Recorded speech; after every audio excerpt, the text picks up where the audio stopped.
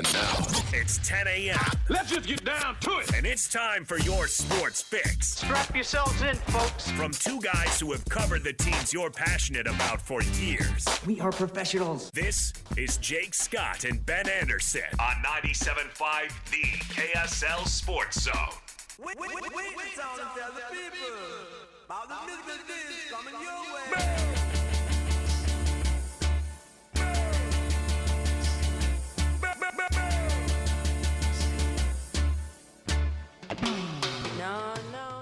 Jake and Ben, 97.5, the KSL Sports Zone. Jake Scott, Ben Anderson. Ben on vacation. PK sticking around today. Patrick Hinahan, of course, of DJ and PK fame. Wearing a good-looking sweater today. It's nice. Thank you. How are you? Sure the wife got it? I think I'm great. What is it? Are you cold in the morning? It's going to be like 80 degrees today. Oh, yeah, I'm not going to wear it later, but I get up a little earlier where it's not quite as warm. It was in the 50s when I'm driving in. Well, you're a Phoenix guy. You're soft. Yeah, it's been a long time. Although I will live there one more time. It's home. You've lived here for a while. I have. I was thinking this yesterday. Yesterday felt like a walk down memory lane kind of day with Scotty and Hans and their 10-year anniversary. I know you participated. And then, Bill Walton and everybody sharing, I understand. their favorite parts of Bill Walton. How cool would it be to die and have that type of reception? Amazing. Yeah. That's pretty cool. But I was thinking about this. You and DJ have been on the radio you've done the show for over 20 years. Yeah. I was a small part of that in the early 2000s. I remember. Which is pretty awesome. Yeah. You've been doing radio exclusively since 06? 07. 07? Mm-hmm. How much of our audience truly knows what a old salty beat reporter you were when I first met you? That's a good point. Because you were doing both, and you had this whole previous tough guy, beat guy, old school journalist guy. I did radio and newspapers simultaneously for 5 years. I remember. You were doing the morning show with Deej. Yeah. And then you had to drive to Provo every day because you were covering, I guess Croton at the time, Croton and the Cougs. Yeah. Uh-huh. And Cleveland, right? I believe Cleveland came in 90, the Final Four year was his first year. Yeah, so it would have been Cleveland at the time that I met you. Yeah, but that was before I was doing full-time radio. Ish, yeah, whatever. Yeah, although I was subbing a lot. But BYU wasn't even your first beat with the Salt Lake Tribune. Not at all. I did Utah. I did Utah State. BYU came about full-time with the Olympics because they changed the editor, Jay Sheladay, a guy who I really loved working for, and Tom McCarthy, who I really loved working for. The papers changed dramatically, but those guys were great to work for. Tom was the one who hired me. And in 2002, and I had those battles with Majerus, and they had tried to get me off the beat many times. Yeah. And in 2002, after the Olympics, they changed all the assignments, but they were going to keep me on Utah, and they thought, no, that would seem like we're just singling them out to stick it to Utah. So they said, how about you just do BYU? I said, fine. So I did BYU football, BYU basketball. So that's when I first met you. You were doing BYU. Yeah. But you had this whole previous thing with Utah, as you just explained, a interesting relationship with Rick Majerus. 10 years, yeah. But it got me thinking how things kind of, I don't know, how the media has changed pretty significantly. It's changed dramatically. Yeah. Everything has changed dramatically, and media is right there at the top. It's pretty incredible. Some for the better, some for the worse. But I kind of liked it back in the day when you bring in a salty attitude and it wasn't best buddies and it was about, but it wasn't about gotcha stuff either. It was just about covering the team. Well, what's really going on, you know? Truthfully. Right. Yeah, that was the point. But and then your process, and hopefully fairly. But your process, and you continue this to this very day. But your process of I'm a beat guy. What is news? What is rumor? What is reportable? What is appropriate? Which I think is often lost. And I don't know if the next generation is being taught that stuff. I think I was really lucky to come along when I did because I got the tail end of it, and now it's just not that. It's not that. It's either it's like agendas or it's opinion and agenda. Yeah. You don't know who to trust. Or like fandom, which is a different thing. True. Yeah. Well, a lot of fan sites have now their credentialed media, and you have to understand what you're getting. But some people like that, depending on what you grew up with. So the whole state of media it is night and day from when I first entered. As sources say, it just wasn't allowed, and now it's commonplace. It's the way of the world. Sources say.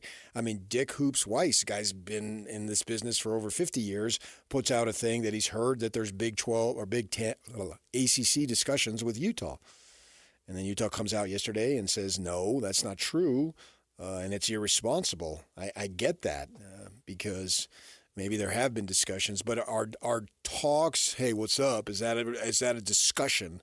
But he hears that and he puts it out there, and then you got to respond to it. And now, in the old days, there wouldn't be a format to be able to just go out and put on 150 characters or whatever it might be, and be taken as news. There's a woman, Leah Wodrowska, who worked at the Salt Lake Tribune for many years, yeah. Right? I respected her greatly. She had a particularly awkward moment with Gordon once, but that aside. And so she covered Utah football, did a great job, and I remember standing on the sidelines with her watching practice, which you can't even do anymore. But we were standing on the sidelines, and she got out of the business. And she said to me... She's like a famous trainer now or something, right? Yeah. Anyway. Yeah, she lost a lot of weight and got really into it, and sharp gal. And so she said that journalism school now, this was when Twitter first came out and there was 140 characters, and she said that what they should do is train you how to write a story in 140 characters or less. Because that's where news was. Yeah. And so now you can... Hoops Weiss puts that out there, and it's perceived as news. I get what you're saying, especially when it's at, what's the word? Taken and goes from site to site to site to site. Right. What, aggregating it or whatever. Yeah. So you're hitting on something that totally bugs me, and this is why I'm such an old man or get accused of it. But like the way I learned it, PK, if you're going to use anonymous sources, it better be like Watergate, deep throat type of stuff, or else get it on the record. Like you have to get it on the record. And if you're going to use deep throat type stuff, it better be double sourced, and then it's run through an editor, and then it's fact checked. It's all this stuff, and then the lawyers have to get involved. Back in the day, it was like this has to be correct if you're going to go with it. You know what I mean? And there's none of that. And so all of a sudden, we have to trust this bozo that he knows what he's talking about, or his standard, or whatever. Right. I mean, there's none of that anymore. I mean, Chris Broussard famously with his sources. Do you remember when Darren Williams announced? I can't even remember what it was. He's re-signing with Brooklyn, I think it was, or something like that. Uh-huh. And he put it out there on Twitter, and then 10 minutes later, Broussard was like, sources say Darren Williams is staying with Brooklyn. Oh, Williams put it out himself? Yeah, it was like, well, who's your source, dude? Me? You know what I mean? And it was just, in that point, that's just a total show. Now you're completely abusing it. Right. So... Well, it's see, frustrating that to helped me. Broussard keep his lucrative job. Hey, and I guess good for him. I'm not hating the player. I'm hating the game. Understood. You know what I mean? Yeah. It's frustrating to me, and we could obviously expand this beyond sports, but with sports, it seems to be the most, every time somebody reports something, my first question, PK, is, where's that coming from? What's the agenda? Who wants you to put out that? I mean, you can pick who's got their guys in the national media that just report what they want. I mean, there's a reason that they put somebody who looks like Brian Windhorst on television. What do you mean looks like Brian Windhorst? He's not your typical television star. Okay, if you consider him a television star, but okay, you're going to the physical appearance you're talking about now. Yeah, and I'm not even trying to be mean, but like he He doesn't fit the prototype. He grew up with LeBron. Yeah. He got his first job because LeBron got drafted by the Cavs. So he worked for, speaking of going down memory lane, I used to book him when I was a radio producer when he worked for the Cleveland Plain Dealer. Yeah. If that's the paper he worked for, I didn't know he worked for that, but that's what it is, yeah. I booked him all the time. He would come on all the time. Next thing I know, LeBron decision goes to Miami. And what happens? He gets hired by ESPN to go to Miami. And all his reports are coming directly from Clutch. They always have. And now he's this big ESPN guy who's supposed to have credibility, but all he is a... You want to say mouthpiece? Yes. Is that where you're going? But you know what? To not... I mean, Woj is a mouthpiece too. His aren't as obvious, but he's a mouthpiece too. Well, yeah, the world of media, I think that's been around for a good while, is I use you, you use me. Somebody from the Jazz likes Woj. Yeah. I mean, we could all guess. But somebody from the Jazz likes Woj.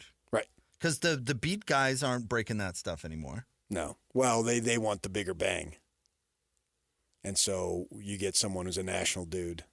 Right. So I'm not leaking to PK anymore. I'm saving it for Woj. That's what's changed. Yeah.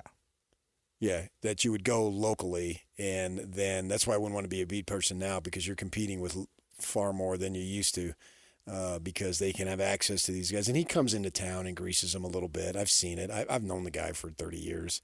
He worked in Fresno when I was on the beat. Him and Andy Katz. Woj was the columnist at Fresno, and Andy was the beat writer for Fresno State. Yeah. And I can recall the three of us, after Utah went in there, it was a big game because Tark was coaching. They had a good team. And so it was the three of us in the little media room afterward, and it's Andy, Woj, and me, and we're beat guys writing our stuff for the next morning, and Woj is trying to write a column, and he can't think of anything, and he's screaming obscenities at his computer.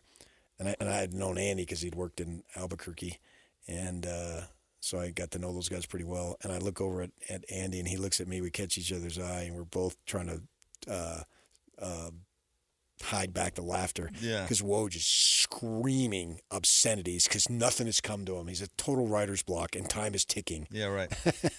So, he knows how to play it, and good for him. He's making 7 figures plus. All those guys. He's the biggest name in NBA media. Yeah, and so you got that going on. And I think that's why there's a general distrust for media. The business, I agree. The business's overall credibility is awful. And that bothers me. Well, I guess long story short, I appreciate you and David James, and there are, I think, voices out there. And I say voices because it's not written, or, I mean, there's so many different ways to get it. But right, and you hope you have credibility. Right. I got burned. One of our guys, a few years back, I heard, hey, the deal is getting close to being done with Mitchell to New York. So I just said it. It was on the show. You were filling in with me. Yeah. There you go. That's right. It was. You're the problem. And Hatch took it and put it out there. I didn't tweet it. Yeah. Because, I thought it was just, you could say that, hey, I heard, this is what I heard. I don't know if it's true or not, but this is what I heard. Well, that thing blew up like crazy. Well, oh, my gosh. I had to stop answering the phone. I never said it was a done deal. I never said I was reporting it was a done deal. But as DJ came back to me and told me, and he was 100% correct, is that I've established myself to a level of credibility. I didn't give myself enough credibility. And then when I said that, he's saying people think because they respect you and trust you that they put 2 and 2 together. And he was right. I did not think that all the way through. Shame on me. And I got burned on that. I think that also points out something that's interesting that I learned working with Gordon. And it is part of the reason that I love radio is because, and podcasting I think falls into this too, but you add context. If you were listening to the show and what happened, I watched you get the text. You described it in real time, and you said, "This is somebody that would probably know." You were sitting right there. I was sitting right here. Yeah, right. It didn't. Wasn't even my show. It didn't sound like PK. Reporting, thus say extra. Right. Yeah. Read all about it. It was just like, oh, this is why I'm here. This is Buzz. This is somebody that it was very much contextual. I don't think that would have happened from some listener running with it. You know what I mean? Right. And I understand. In this case, myself. In this case, Hatch. Way to go, Hatch. Yeah. No, I'm not throwing Hatch under the bus because it was because he did to me. But it was compelling. It was he's in the other room listening. It was compelling radio though because of the credibility and everything that you just and I underestimated how laid people out. would respond to myself. But he wrote it down and put it out there, and there's something about the written word that is very powerful. Very and much again, so. It is the number one form of which we trust. Gordon would trust it or not. Gordon would say the craziest stuff you've ever heard in your life, and it would all have this weird Gordon-like context on the radio, right? You know, but then he would write something similar, and all of a sudden the world's on fire, and it's like, well, it's just Gordon, but you put it in the word part, and it makes it's a different impact. Oh yeah. And I happen to think that the spoken word radio is much more personal. The written word feels much more official. Agreed. And it's got a different vibe to it. You know what I mean? And I think that's rung true throughout history, actually, not just Gordon media. said something on the air that upset somebody in the sports world, and that person and people wanted an apology. And he said, okay. Well, then they wanted an apology in print. And he said, I didn't write it. Yeah. But somehow they wanted that. That was Gordon doing a spot on your show. It was. And I'm so grateful. You know what? I was on vacation, and I remember opening up the email that said, we need to have a staff meeting. And it was the boss at the time. I don't remember that part. Everybody's name would know. I read the email, staff meeting, blah, blah, blah. And I kind of texted somebody or something and got the gist. And I was like, I know. And I was like, oh, I am so happy that I am on vacation. And you didn't have to go? Oh, no. What am I going to do? I'm on the other side of the country. I don't know. I was on vacation once when there was an employee issue, and we rented bikes to drive in a city, and I didn't get to ride the bike because I had to sit there in the park with my bike parked next to me because we were having a staff conference call. All right. Oh, yeah. Yeah. I remember that. And I had to, and I only got to ride the bike for half the time. Well, if this were a conference call, maybe it'd be something else. But yeah, I don't know. Oh, yeah. Well, as DJ said, one of the better things to come out of the awful pandemic was Zoom. Right. Yeah, absolutely. Yeah. Or whatever you use. Teams is what we use around Teams, here. Teams, yeah. So you can have that opportunity. Or go to meeting or whatever. You don't have to necessarily be there to partake in it. Oh, not to get too distracted, but my wife's whole company is work from home. Entirely. They have a little office space down in Sandy. So she works at home and you come down? Huh? So you work here and she works at home? Correct. So she has a sandwich ready for you when you come home? That is not the case. That is certainly not. I'm just joking. The case. But no, it did. It totally changed the world. And I guess to bring this full circle is the technology has totally changed the media. You need to have a sandwich ready for her. Yeah, exactly. Yeah. If anybody's making a sandwich, this guy, she's got like 10-minute windows in her day. It's bizarre. Yeah. I'm the one who has time to make a sandwich. Right, that's what I meant. Understood. But she gets to look out the window into our backyard every day. Sweet. Because of that technology. Way to go if you can swing that. I did that, though, during the pandemic, and I got bored with it. I know. I couldn't do it. I talked to her all. She has the personality where she can do it, but I couldn't do it. It's way more fun to come in. Coming in during the pandemic was absolutely a gift. And I didn't. I was did. home for 15 months. Yeah, I remember. I'm so happy that I got the opportunity to come It's in. more fun to deride and tease DJ in person. 100%. Yeah. No, and I tell people this all the time. Austin, our producer at the time, he and I wrote out the pandemic kind of together in separate rooms, but he was my interaction for months. You know what I mean? The media's changed drastically, and it's up to you to decide what you consume and what you trust, and everybody's different. So give me your read on the ACC thing then, especially after I think it was chatter in the moment. So you think fake news from your trusted guy there. But if you see, was that really news, or was that just, hey, this is what I'm hearing? You know what I mean? Because at the same time, if you read the tweet or X post, he backed off on it. So I think there's some form of chatter. I've been saying this consistently. The bigger thing is when they went to the Pac-12, that was for eternity, and it sucked that it blew up.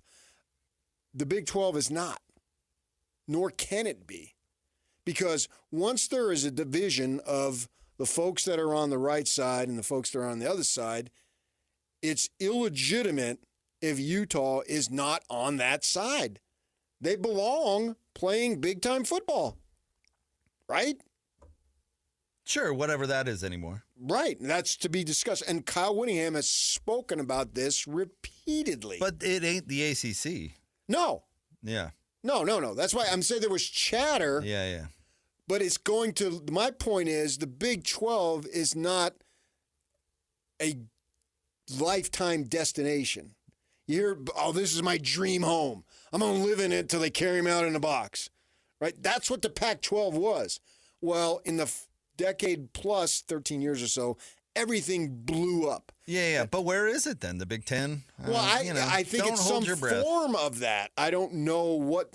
I had a great conversation, David Shaw's last year. I got to know him a little bit. Remember, we'd go down to Pac-12 media. I was there for that too. He would recognize us, and we'd laugh about him coming in, stealing our Utah kids. Great dude. Yeah. And so I got to know him a little bit. He got comfortable with me, and we had an off-air conversation where he said he felt like that at some point, and this was before, maybe they'd already left. Maybe the LA schools had already left. But he said there'll be a time when there'll be a return to geographical normalcy to one degree or another. So I think that's where it's going to go, and it's going to look drastically different than what it looks like now. Here's, though, my question whenever I hear people bring up regulation and somebody seen stepping into the room and doing something like that. Who's that going to be? The leadership. Which is who? The management. The executive committee. I mean, like, that's what I say with it. Anytime Ben brings up, well, the NIL needs to be better regulated and blah, blah, blah. And it's like, who's going to do that? Who is going to do that? It's not going to be the NCAA. No, I think it'll be the leadership of the two premier football conferences. And then who are going to regulate themselves? I doubt it. They'll regulate for what's in their best interest, and then the others will follow accordingly. But that's no regulation at all. No regulation at all is what benefits who you're talking about. This whole shift has been about the haves trying to figure out a way to have more because they have all these benefits. Why would they limit themselves? Won't be unchecked. That's what I hate. Who's going to check it? That's my point. I'll tell you. I understand. I got you. I hate power unchecked. I would never want a one-party system. Oh, even if I don't agree with the other party, I want them to be there, and I want a significant portion of those folks in power so they check each other, if nothing else. So what it'll be is you'll have those conference commissioners, conference presidents, yada, yada, those folks, plus you'll have television will have a huge say, and television will, in essence, check those guys because they'll have a significant say and they'll have their best interests. So you need people who have best interests of people beyond themselves, but they can't be in the same line of thinking. And I don't think you'll have the complete line of thinking from the television folks versus all the football folks. So that, I believe, and maybe it's Pollyannish, this is what I want because I love college football, that they'll have some form of coming together for what is best for the sport. What college football folks? I just said commissioners, university presidents, ADs, coaches. ADs and presidents aren't necessarily aligned. Coaches and ADs certainly are not aligned. And the networks and the presidents/universities that matter are not. They are working hand in hand. They don't. What does ESPN care about regulating NIL or regionalness? They don't care. They just want. Well, they want what's. I don't. Not about the NIL. They want to put on the best TV product possible, and that involves.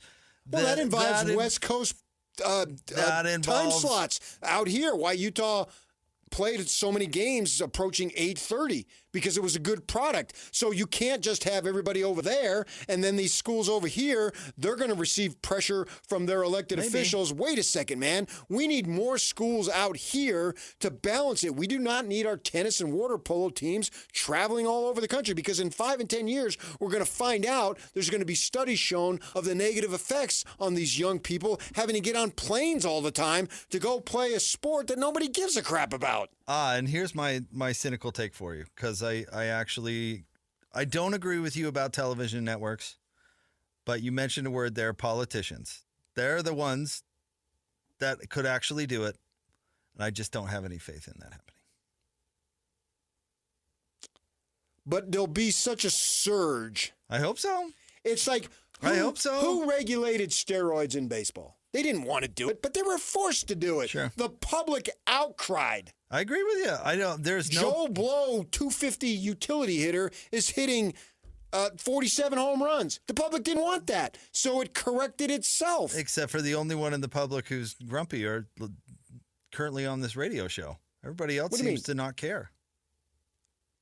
The game took care of itself. It cleaned itself up. Yeah, but you mentioned the public outrage. Nobody, as David James would tell you, the television ratings have never been higher. The sport has never been more popular. But yet there was an outrage. They cleaned it up. Congress got involved. I did not do steroids, blah, blah, blah. There was an outrage about steroids. Right. There's not an outrage about this stuff in college sports. Not yet. It'll continue to grow. I hope so. Yeah. We'll see what happens. I can't predict exactly. This is my thought on it. Is it going to happen? I don't know. But that's my thought on as we continue to go. The public needs to have outrage, and then they bombard the elected officials, and then those folks take it from there, and it goes, and it's like a switchback on a hiking trail. You eventually get to the top, but you got to weave your way all up or down, whichever direction you're going. Who is the most interesting coach you covered as a beat guy? Most interesting being the standard. Interesting. Yeah. Forever and ever? Yeah, as a beat guy, you covered a lot of coaches. Who was the most interesting? Well, there's a couple high school coaches that rocked. All right. Nobody knows them because they weren't here. Bronco? He was interesting. Yeah. Yeah, he was. I love the guy.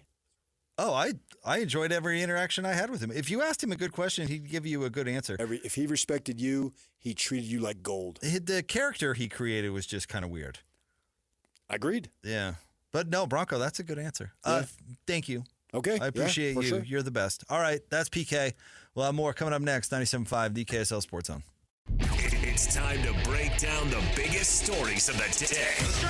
This is the top 3 stories of the day on KSLSports.com. 97.5, the KSL Sports Zone.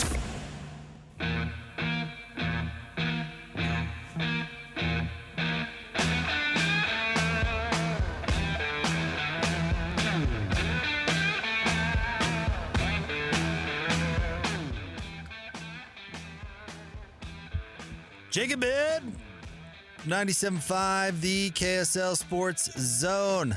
Jake Scott, Ben Anderson, thank you for making us part of your day. Big thanks to the one and only Patrick Kinahan for sitting in there in the first segment. Appreciate him.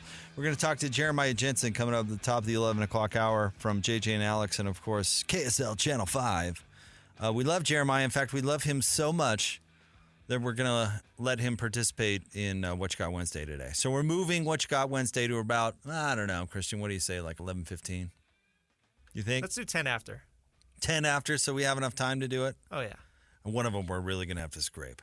I mean, and Jeremiah might be at a serious advantage because we might be really, really scraping. In fact, Jeremiah might get drafted himself. That's what I was thinking, too. Today. Yeah. That may happen. So stay tuned for that. Jeremiah will join us at the top of the 11 o'clock hour, and we'll ask him about the latest sports news of the day, but we'll also get into What You Got Wednesday. And you came up with a really good sports one, Christian. Yeah, I'm surprised you haven't done that one already. It's kind of a low-hanging fruit, but yeah, I won't spoil what it is. Stay tuned to hear it. No, it's going to be a fun one. It is. And I should have researched it more yesterday, but I didn't. So I'm probably going to get smoked because Jeremiah is going to come in uber prepared because he's that type of guy. All right, Jeremiah, top of the 11 o'clock hour. But right now, top 3 stories of the day at KSLSports.com, brought to you by J. Brooks Jewelers. 2 locations to serve you. One on Winchester Street across from Fashion Place Mall, the other at Traverse Mountain in Lehigh. All right, Christian, where are we starting today? Story number 1, the Timberwolves stay alive with a Game 4 win. Now, people will be tempted to say, well, it's a make-or-miss league, Jake. Minnesota shot 53% from the field and 46% from 3. And Dallas, only 42% from the field and 35% from 3. And why they may have a subtle point, I think it had way more to do with the way that Minnesota played, and specifically the way that Karl Anthony Towns played in the third quarter. Now, Minnesota was good enough to close the deal because Karl Anthony Towns picked up his 5th foul like 4 minutes into the third quarter or so. No, it was more than that. But he had basically single-handedly gone on a 10-0 run because he was taking the ball and he was running over his guy and he was scoring. And all of a sudden, a teeter-totter kind of game was tilting Minnesota's favor. Now, he hit his first three he took of the game in the third quarter. And he ended up 4 of 5, but he didn't take his first one till then. And he buried it. And all of a sudden, the guy, I believe you'll hear old vets talk about I remember, Matt Harpering talking about this, but it goes back before him. Jerry Sloan used to talk about this, but if you're having struggles shooting the ball, well, go get some easy ones. Go or get to the line, watch the ball go in the hoop. We could have Riley Jensen on to talk about the mental side of things, but, all of a sudden you get some tough baskets, you get a little success going, you're tilting the tide in your favor, and then you pull the trigger on that 3 and it goes down, and then all of a sudden you're off to the races. Now, Cat picking up the foul by trying to elbow somebody's head off, that was probably not the smartest move, Christian, that I've ever seen, Yeah, especially when he'd been rolling the way he had. Yeah, been, right. He kind of took himself out, which is too bad. And that's unfortunate to see. But I mean, yesterday we talked about how awful he had been. Through the first 3 games. So clearly, him turning his game around was a key for the Timberwolves getting that win. Now that was like the most egregious of his dumb fouls. At least 3 of his 6 fouls were absolutely dumb fouls. And you heard Anthony Edwards in the postgame kind of hilariously talk about it. I told you not to foul. And you've got to find the sweet spot where you can play physical and not foul out of the game, because it's not your physical play that is generating the fouls. It's the dumb fouls. So if you can cut that out and they can play physical, I don't know if they can win this series. I doubt it. I mean, it's obviously never happened, so the odds of it happening are slim to none. But I've been saying, it's Minnesota's shortcomings that have led to their hole in the series, and I thought they finally started to play more like they played against Denver, and that's not a coincidence that they won. And by the way, good for them for not rolling over. But yeah, Dallas will probably figure out a way to win one of these next 3 games, because that's just how the NBA is. So yeah, and I do think, it's never happened before. It's bound to happen eventually. It's probably not going to happen right now because it is a lot easier for the Mavericks to win 1 game than the Timberwolves to win 4 games in a row. But it makes for an entertaining series, right? It does. Well, hopefully. Anyway, more entertaining than a sweep would have been. All right, what's next? Number 2, Utah Athletics has debunked the ACC rumors. All right, we remember Dick Weiss, at Hoops Weiss, talked about speculation circulating about Utah shifting conferences again, possibly moving to the ACC. Well, Mark Harlan, via Brett McMurphy, basically put out a statement saying, quote, "We are proud to be entering into membership in the Big 12 Conference in the coming months and excited to join our new colleagues and member institutions. A report over the weekend suggested otherwise is completely fabricated and irresponsible. Fake news." Dick Weiss, you don't know what you're talking about, bro, is basically what Harlan threw out there, which I got to say, the language there at the end really drove it home for me as I saw this statement come out yesterday. Because I've read a lot of these statements over the years. Christian, I got to tell you, hundreds, if not thousands. And most of them are just like the first two sentences in this thing where it's like, we're excited about it. We're excited about these new institutions. They're just wonderful. We would never even, kind of implying, well, we're so happy. We would never even dream of talking to somebody else. But, in that fluffy language, you never actually deny anything. It doesn't say anything. A lot of words that don't actually say anything. Yeah, exactly. And it's all the right things, but it's never really definitive. For Arlen to be like completely fabricated and irresponsible is pretty... pretty definitive. It's what pretty, he's trying to say. Yeah, it's pretty definitive for sure. But then again, Harlan was super definitive about the future of the Pac-12 and very aggressive in his language going after people reporting otherwise. So, I mean, yes, this stands out to me, but it's also not the first time he's used that. I don't know about that strong of language, but pretty strong language about other reports out there that turned out to be completely legitimate. There's no such thing as definitive anymore in the world of college sports. Like, you can sit here and act like you know what's going to happen in the next year or two, but the truth is, like, nobody does. And you know what? The reason I will say this, the reason I tend to believe Harlan here, and not that I know anything about Dick Weiss, is that I just can't put together why. I mean, we talked about that a lot yesterday. Like, why? It doesn't make sense. It doesn't make any sense. It really would not make sense. And I certainly don't know anything, but I mean, that seems I follow the ACC really closely, and it's not where you want to go. You know what I mean? Especially if you're in Salt Lake City. Like, why would you want to go compete on the Atlantic coast? Why would you want to go to Florida? I mean, you couple with the Carolinas and Stanford and Cal and somehow make something work. But I mean, the ACC is pert near blown apart. So we'll see. We'll see how it goes. But DJ came up with a compelling argument about the TV interests, and we'll see. They obviously have much, if not all, of the say in the matter.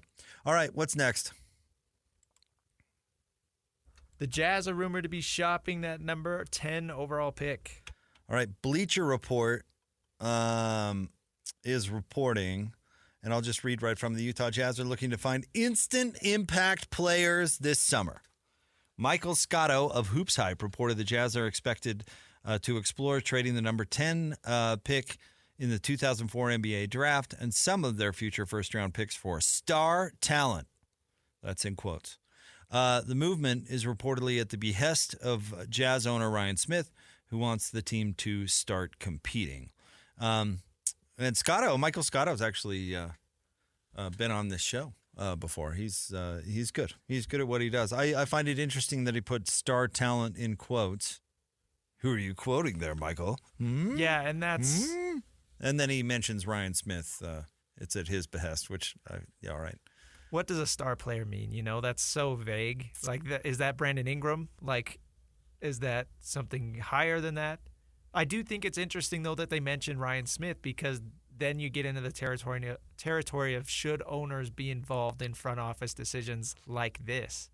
I don't know that he is. See, now here is me being skeptical, and take this for some bozo on the radio's opinion. What do I know? But Danny Ainge is the one who's making all of these decisions, and I still believe that he would never have taken this job unless it was otherwise.